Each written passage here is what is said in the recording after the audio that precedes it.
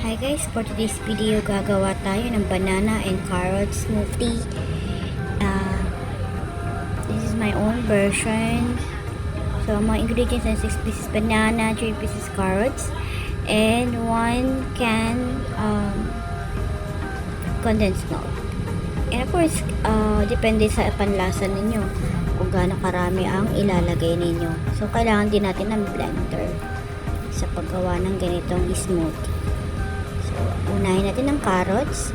So, ang carrots ay isa sa pinaka masustansyang gulay dahil mayaman ito sa vitamins and of course, antioxidant din siya. At nakakapagpalinaw rin ito ng ating paningin. So, ang susunod natin ilalagay ay ang saging.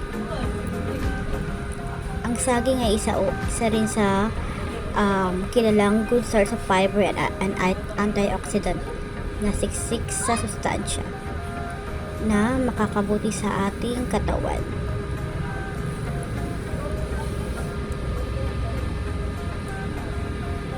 So, salamat nga pala sa panonood ko. Umabot ka sa video na ito.